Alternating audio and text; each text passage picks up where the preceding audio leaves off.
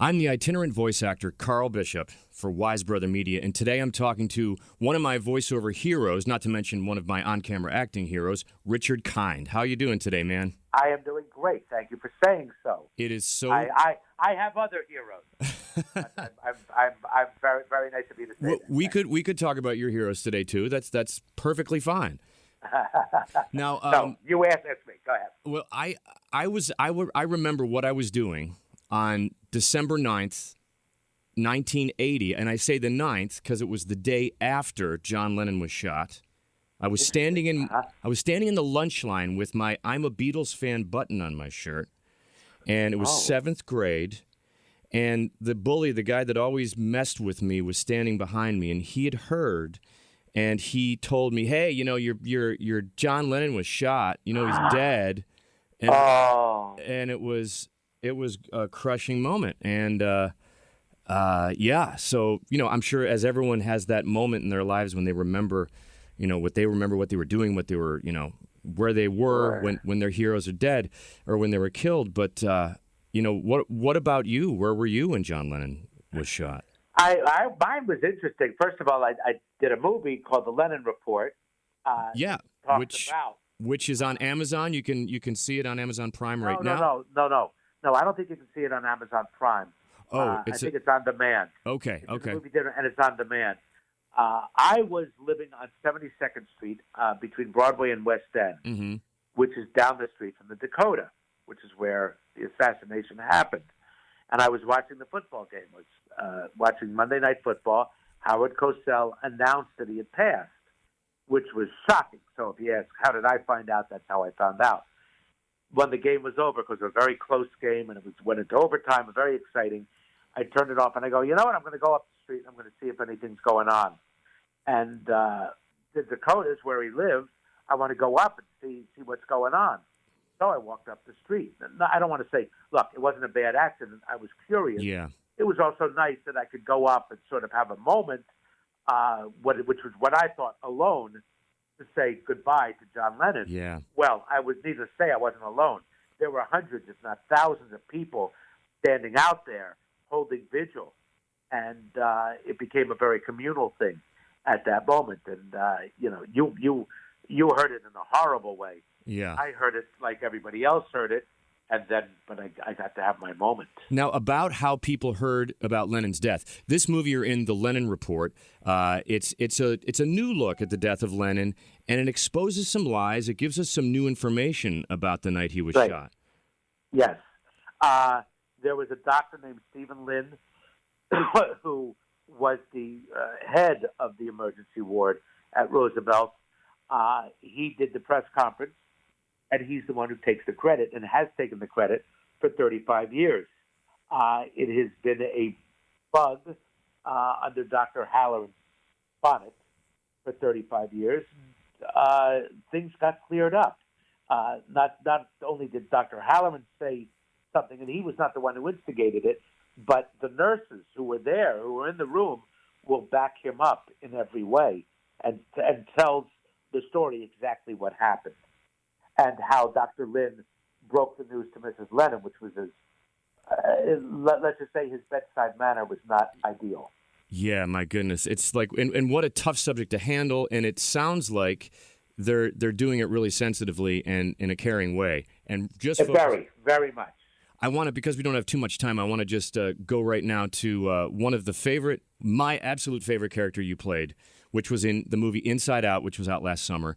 I am the luckiest guy in the world. Oh, my God. You played Bingbong, which was it resonated so deeply with me, I'm sure, with so many other people. I mean, I had an imaginary friend when I was a kid. I'm sure a lot of people did. And that moment. I did not. You did not? I was going to ask. What the name was that you had for your imagination. No, my oldest daughter claims to have an imaginary friend. I don't know whether she did.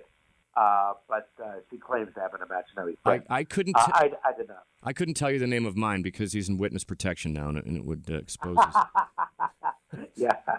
Now, how did you? Because you didn't have an imaginary friend, how did you get that so right? Like, how did you get into that space? Oh, please! I'm not an imaginary friend. I am Catelophus. I'm a cat and an elephant and a dolphin. that's who I played. And you don't.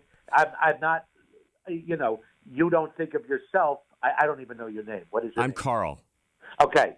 Are you Carl, the man who does podcasts and radio? No, you're Carl. Yeah. You can't act the guy who does radio. You're just Carl. Yeah. Well, I'm just Bingbong. Yeah. I'm lucky that I'm going to be very unhumble. I am lucky and glad that I got it right. And I think I think I did. Yeah, you certainly did. When I saw it, yeah, when I saw the movie, I cried. Ugh.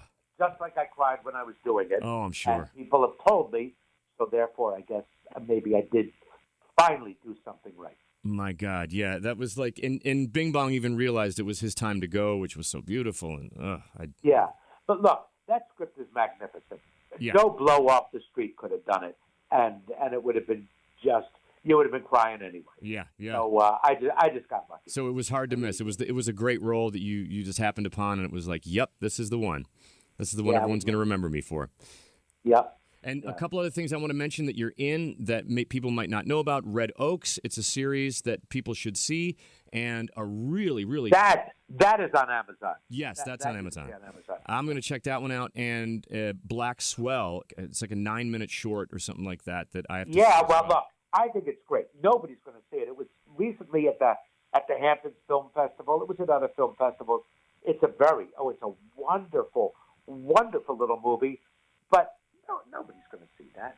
It was short films. When was the last short film? I like your sense of reality about what you do. It's like you are famous, but you're also a journeyman actor. You work all the time. You do plays.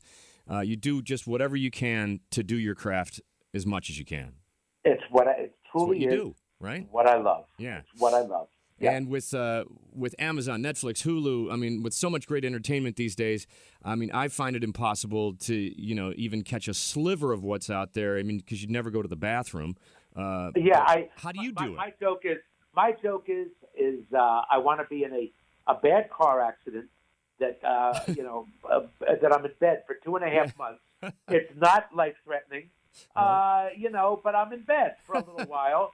I can't do anything. Let me watch Game of Thrones. Exactly. Let me see the new season of House of Cards. And now I don't see anything. Yeah, because you don't have time. You're doing them. You're making them. Right. I'm working a lot. I got kids. I got 3 kids, 14. Oh my! Congratulations. And 11. Yeah. So I got to deal with them. Yeah. I got no time for nothing. Believe me. Well, then how do you expect... What's that? I don't know how anyone expects anyone to watch all this stuff. The people that are making it, the networks, it's like, gosh, it's so good, though. There's so much that's out there that's great. And Richard, thank you so much for being my guest today on The Itinerant Voice Actor. It's been such a pleasure. Thank you. It's my pleasure. Call anytime. Thank you.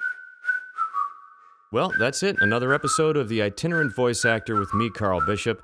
Special thanks to Johnny and Robert at Wise Brother Media, celebrity booker Paul Adamo, my partner in crime David Levin at Brainstorm Inc., and the super talented Noel Honig at the Drawing Room NYC, who created the logo for us. More episodes of Itinerant Voice Actor coming soon. Thanks for listening.